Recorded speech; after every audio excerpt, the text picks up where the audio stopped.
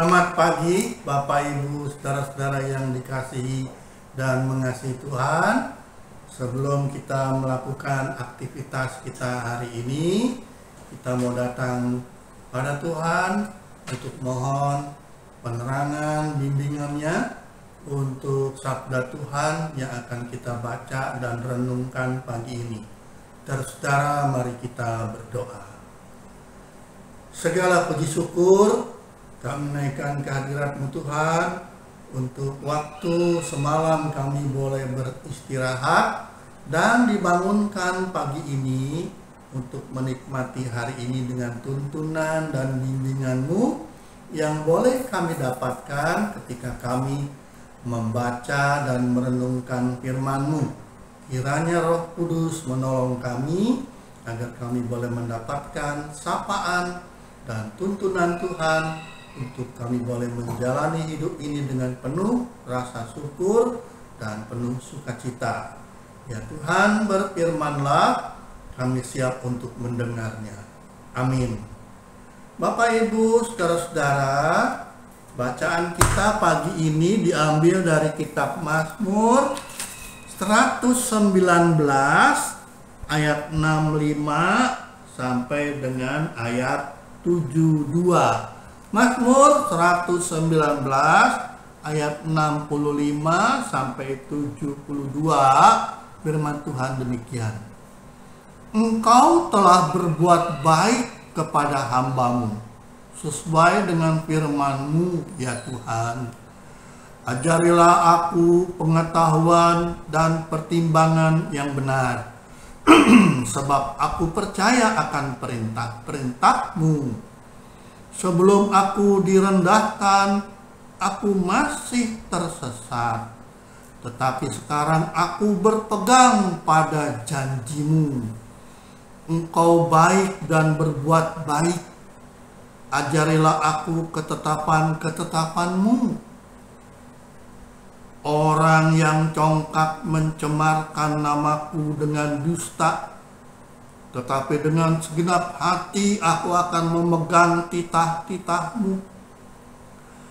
Hati mereka tumpul seperti tertutup lemak, tetapi aku menggemari Taurat-Mu. Memang baik bagiku bahwa aku direndahkan, supaya aku mempelajari ketetapan-ketetapan-Mu.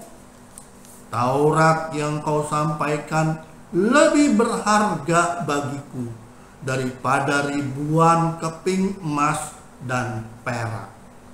Demikian Bapak Ibu saudara-saudara, bacaan Alkitab kita pagi ini, dan tema kita adalah pelajaran saat tertindas.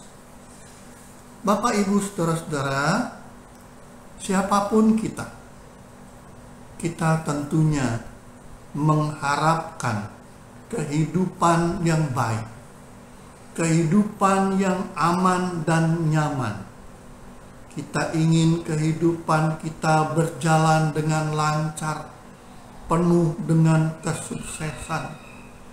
Saudara-saudara, apalagi di zaman sekarang, di mana kemajuan teknologi begitu hebat, banyak hal yang membuat kita merasa hidup menjadi lebih mudah, hidup lebih modern.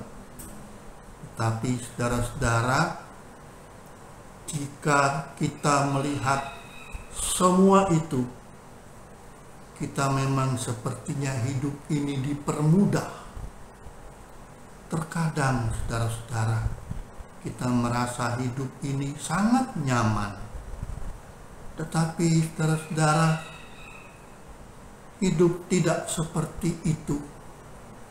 Ada saja saat-saat kita tertekan, kita menderita, kita tertindas. Dan bacaan dari kitab Mazmur adalah ungkapan dari pemazmur bahwa hidupnya tidak selalu baik-baik saja.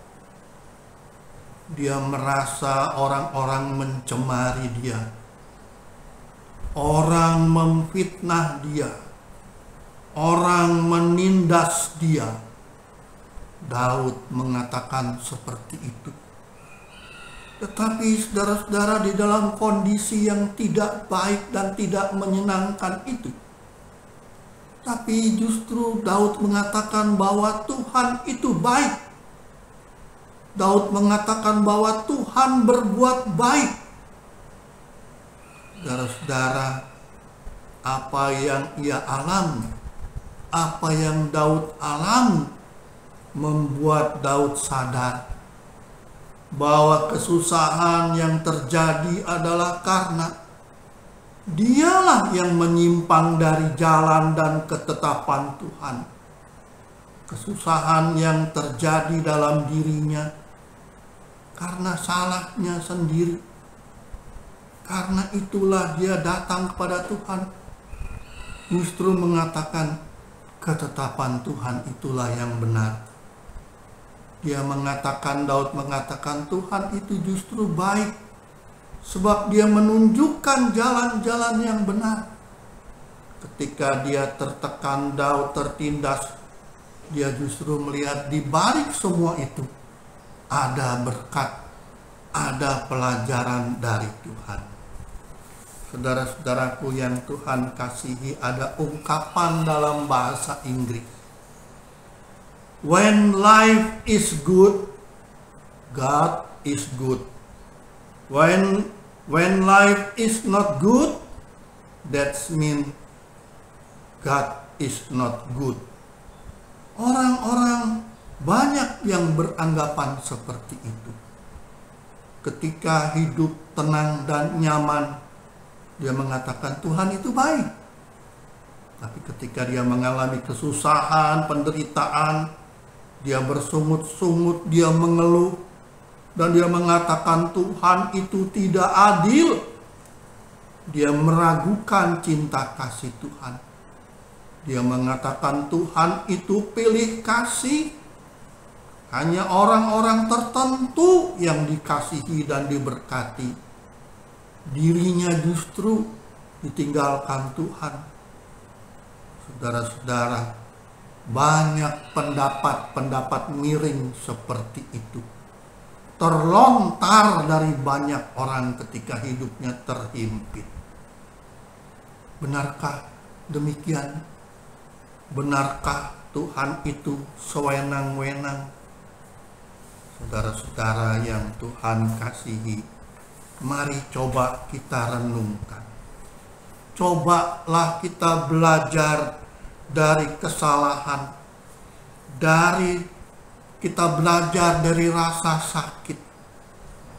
Saudara-saudara, lihatlah, kita tidak akan mahir, sanggup bersepeda, naik sepeda, kalau kita tidak pernah merasakan sakitnya ketika terjatuh dari sepeda.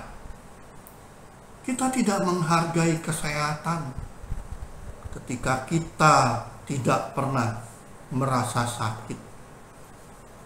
Saudara-saudara yang Tuhan kasihi, terkadang kita akui, kita merasa terpojok, kita tersisih, kita ditinggalkan, saudara-saudara.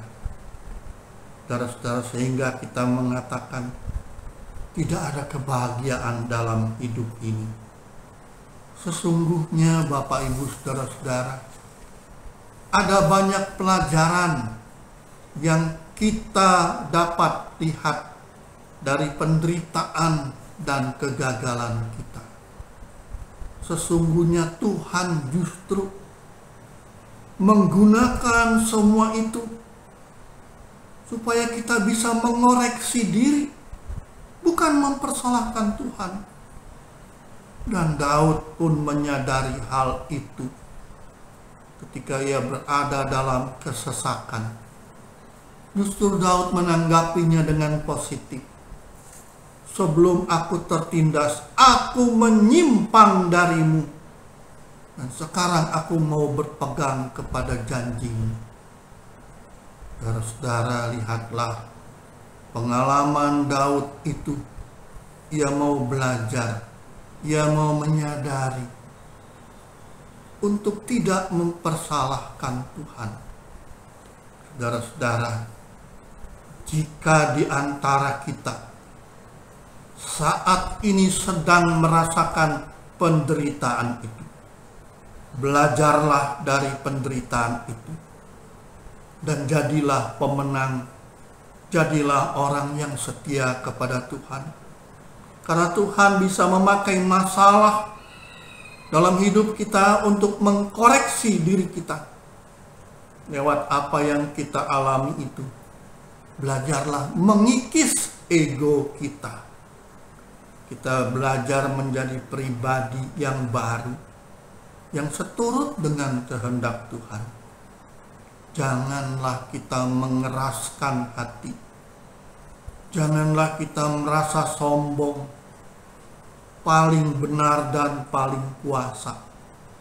Belajarlah untuk setia, untuk dilatih oleh Tuhan menjadi pribadi yang kuat, justru melewati masalah-masalah yang ada. Karena Tuhan mau menjadikan kita pribadi yang baik, yang menjadi berkat, ketika kita mau mengikuti ketetapan-Nya. Kita memang tidak ingin mengalami hal-hal yang berat yang membuat kita menderita. Tidak ada orang yang mau hidup susah. Tapi marilah kita belajar seperti Daud. Sebab bukan tanpa tujuan ketika Tuhan menjadikan hidup ini ada hal-hal yang membuat kita susah. Ada tertulis, bukankah firman-Mu seperti api? Demikianlah firman Tuhan seperti palu yang menghancurkan bukit batu, menghancurkan kesombongan dan kekerasan hati kita. Saudara-saudara, memang sebagai manusia kita memiliki kecenderungan untuk memberontak, gampang mempersalahkan orang lain, bahkan mempersalahkan Tuhan. Tapi saudara-saudara, di dalam jalan Tuhan, justru kita boleh mengalami banyak hal yang membuat kita menjadi pribadi-pribadi yang baru. Saudara-saudaraku, sudahkah kita belajar dari ketetapan-ketetapan Tuhan ketika menghadapi persoalan hidup ini? Mari kita mohon kepada Tuhan agar kita dimampukan bersedia di bahari, belajar mengikuti perintah-perintahnya, sehingga hidup kita mengalami sukacita yang abadi. Tuhan kiranya menolong kita. Amin. Mari kita berdoa. Bapa kami di dalam Kristus, tidak ada orang yang hidupnya terus senang, aman, nyaman. Ada hal-hal yang juga hidup kami mengalami kesusahan dan penderitaan. Tetapi Tuhan bukanlah Tuhan yang sewenang-wenang. Bukanlah Tuhan yang senang menyiksa. Justru dari pengalaman hidup yang berat, yang susah, yang membuat sedih, di semuanya itu Tuhan ingin kami belajar, mengkoreksi diri. Ada hal-hal yang harus kami perbaiki. Ada hal-hal yang harus membuat kami belajar lebih setia, lebih mengikuti perintah-Mu daripada mengikuti nafsu-nafsu pribadi. Terima kasih Tuhan, Engkau tidak pernah membuat kami terus susah. Engkau justru menyediakan jalan untuk kami kembali bersekutu dengan Tuhan dan hidup menjadi berkat.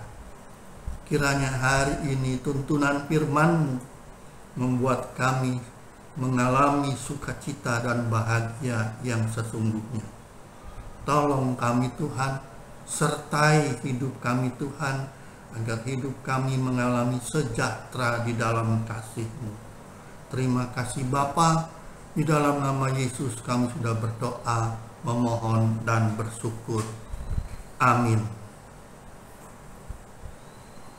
Bagi Bapak Ibu yang memiliki pergumulan khusus dan ingin didoakan, bisa menghubungi rekan-rekan pendeta di nomor berikut.